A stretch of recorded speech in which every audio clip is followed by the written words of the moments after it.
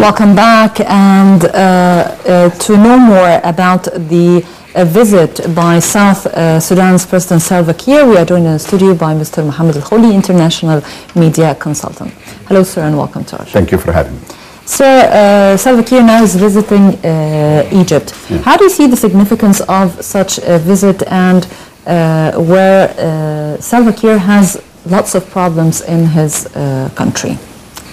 And in fact, it was a long-awaited visit, and I think that the officials in Egypt were waiting for it because, you know, through a kind of strategic security perspective, because South Sudan is part of our national security, not only vis-a-vis the water problem or the water issue, not only because of the developments in the recent developments in Africa, civil wars, and you know, and sometimes racial strifes and everything, but because, as I say, South Sudan, first of all, it is the most recent state, not only in Africa, it's all over the world. It's the latest state which was admitted into the membership of the United Nations. In the same time, it's kind of an ambitious, most young state which aspires to development and to some kind of progress.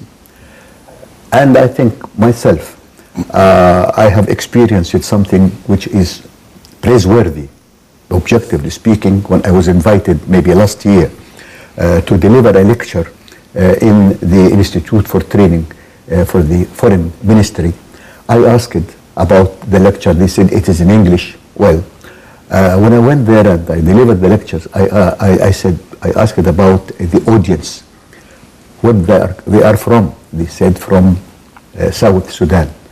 And I discovered that I gave a lecture to the first generation of the diplomats from this young brother country, which is South Sudan. I was so happy. This means that our people here, the leaders here, in a lot of spheres, feel that they have to build new bridges with the South Sudan, because first of all, we need them as far as I understand, they need us. And therefore, the visit of Mr. Salva Kiir comes in this turning point. First of all, because he has some problem, he's in his country. I think Egypt can help.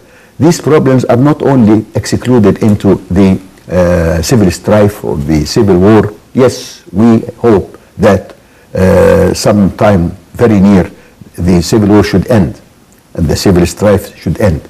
But they need a kind of development plan in order to elevate the standard of living in their country, because a lot of centuries, not centuries, I say decades, the people, the masses have been neglected, and development, they missed a lot of development chances. In the same time, as a reciprocity in the field of diplomacy, as far as we can help them to implement development plans, they can give us some advantage as far as the water problem, which is very acute and will be acute in the coming years for the Egyptian people. This means that we have to concentrate, in my modest opinion, we have to concentrate on resurrection of the Gongli Canal. The Gongli Canal has been maybe in the early 90s was established, but I think it was exploded or it was attacked, I don't know. Anyway, we have to have a new Gongli Canal in South Sudan. This canal can store a lot of the reservoir of water coming from the equatorial springs of the Nile, Victoria Nyanza, Victoria Lake, Edward Lake, Albert Lake, all these things. The place which is called Bahr al-Jabal in Arabic, Bahr al-Jabal area in the South Sudan and in Uganda. we can store water at that time. In the same time, it can compensate a very big part of what we are expecting to lose when the Nahda dam will be established in Ethiopia. You said that Egypt needs South Sudan and South Sudan needs Egypt. South Sudan now is in a deep crisis. How can Egypt give a hand of help in such an issue? Give hand in two things, either on the international arena or the tete-a-tete or the reciprocity exchange of relations. The international arena, Egypt proved protecting South Sudan because the United Nations was about to impose sanctions on South Sudan. Egypt, I think, in the Security Council, as a member of the Security Council, was against that, and we spared Juba the sanction which can be imposed. And when you impose sanctions on a small country, recently established, you can hurt it more than any other established country.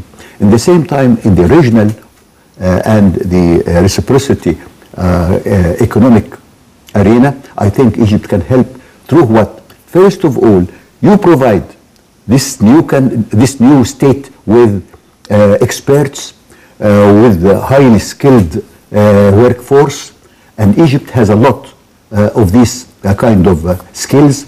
In the same time, you can invest, have a very large investments. They are very promising. Most of their lands are let's say, can be cultivated. They have agricultural potential, which is not invested, which is not utilized. You can do that. Even, in my humble opinion, I'm not expert in this respect, but you can cultivate a large, spacious space of, let's say, wheat, corn, because South Sudan is still a virgin country. Yesterday, Salva Kiir said that certain elements in his country are impeding the peace process. Yes. What does he mean by this? Because he has a strong, very dangerous strife, civil strife, internal problems, tribal conflicts. These things cannot overnight be solved, but they can be solved according to a long-range development plan, because if you give people the potential to cultivate, to have factories, to have jobs, especially the young generations, you are depriving the other forces from recruiting young people, women, even sometimes children, as warriors, and you will stop, or even you can dry up the springs or the sources of civil strife. It needs much time, yes, but you have to start. You have to start with a kind of a vision that during, let's say, 5 years, we can dry up the sources of recruitment for these elements. In the same time, development can let people choose what is positive for them, and not choosing being recruited to, let's say, increase the dangers of the civil strife. But there is a problem now on the ground. The country is split into two. Some are loyal to Salva Kiir and some are loyal to yes, I cannot say two, not into two. Into, yeah, let's say, yeah, it's not two halves, you know. I understand. Yes. I mean the figures. It's split between two figures, the vice president and the president. People are supporting Salva Kiir and people are supporting Riek Machar. How, and of course, the people are suffering in the middle. Let's say we have two camps, okay? Yeah. Two competing camps. Yeah. We have to. How this problem could be solved? You are on the side of what? Legitimacy. Either legitimacy on the international arena or legitimacy on the regional arena. I think Mr. Salva Kiir represents the legitimacy on the regional arena. He is the elected, until now, the elected president of that country. He has other people, some fools, some people who are competing against him. You see, if you reinforce the camp of the legitimate president of South Sudan, reinforcing him not with arms, weapons, and warriors. No, you are enforcing him, reinforcing him, you are standing, supporting him through, as I say, development, factories, investments for the benefit of the... Building the infrastructure of the country. If you do that, I think people will choose. And naturally speaking, and our experience all over the world, all over history, people choose in a wise way, choose what can reflect on their own benefit.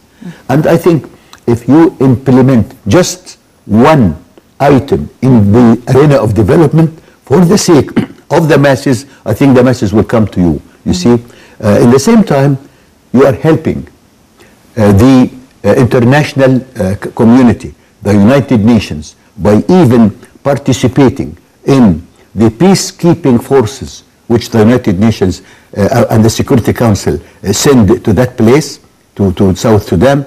You are participating through your troops, you see, in order to what? To keep peace, not to increase the fires of war. Sir, how do you weigh the ties between Egypt and South Sudan, the current ties? I think, in my opinion, it's positive, but we need a lot. In the same time, we have, let's say, to hold a lot of meetings, a lot of discussions, even in Egypt, in order to recruit in Egypt much more experts, thinkers, scientists, planners, to transfer our experience, which is so big and so long and so deep, to that place.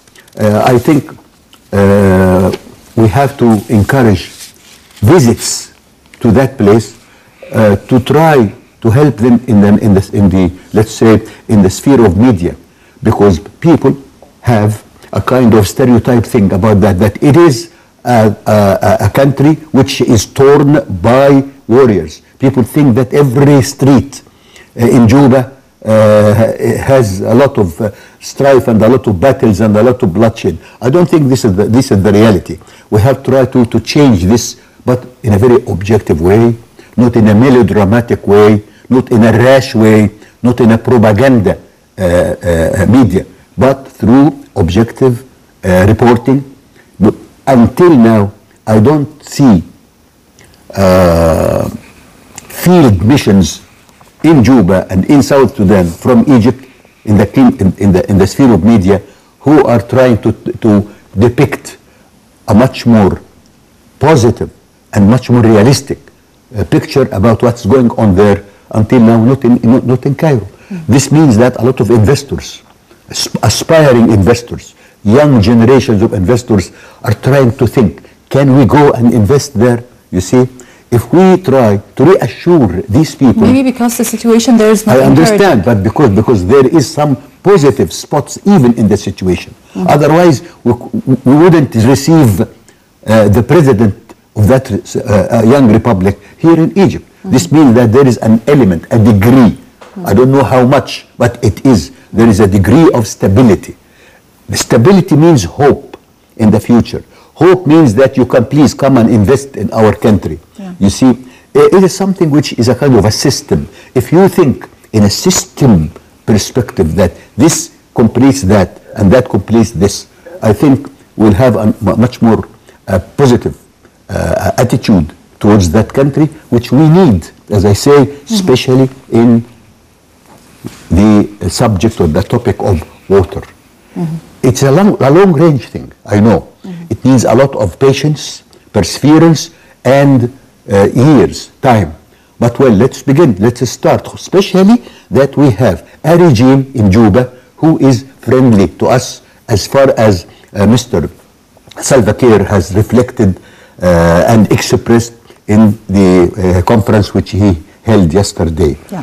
Well, Mr. Mohammad Al-Kholy, International Media Consultant, thank you very much for joining us and welcome once again to Africa TV. Thank you so much. Thank you. And by this we come to the end of our episode. I'm Dina Mamdouh. Thank you for watching.